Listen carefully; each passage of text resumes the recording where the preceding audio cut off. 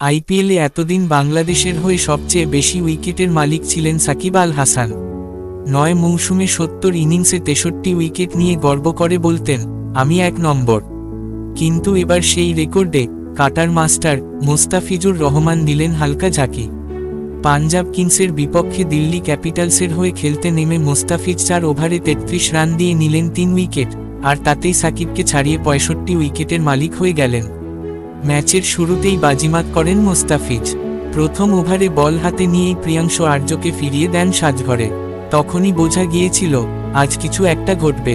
এরপর ইনিংসের ১৬তম ওভারে শশাঙ্ক সিংকে আউট করে রেকর্ডের গা ঘেঁষে দাঁড়ান। শেষ ওভারে মার্কো ইয়ানসেনকে ফেরাতেই পুরনো রেকর্ড গেল, নতুন ইতিহাস লেখা হলো মোস্তাফিজের নামে। মজার ব্যাপার হলো মোস্তাফিজের সবগুলো উইকেটেই ক্যাচ নিয়েছেন ক্রিস্টান স্টাবস। তাকে না বললেই নয়, যেন মোস্তাফিজের এক্সক্লুসিভ ক্যাচিং অ্যাসিস্ট্যান্ট। ৩টি দুর্দান্ত ক্যাচ নিয়ে ৩ উইকেট নিশ্চিত করেন। মোস্তাফিজ নিশ্চয় বলবেন, স্টাবস ভাই না থাকলে রেকর্ড এখনও সাকিব ভাইয়েরই থাকত। সাকিব আল হাসান অবশ্য সহজে হার মানার লোক নন।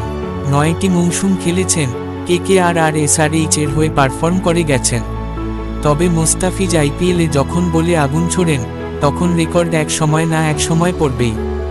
বাংলাদেশের ক্রিকেট প্রেমীদের জন্য এটা অবশ্যই আনন্দের মুহূর্ত। দুইজন বিশ্বমানের বোলারের এই প্রতিযোগিতা আমাদের ক্রিকেটকে আরও রঙিন করে তোলে।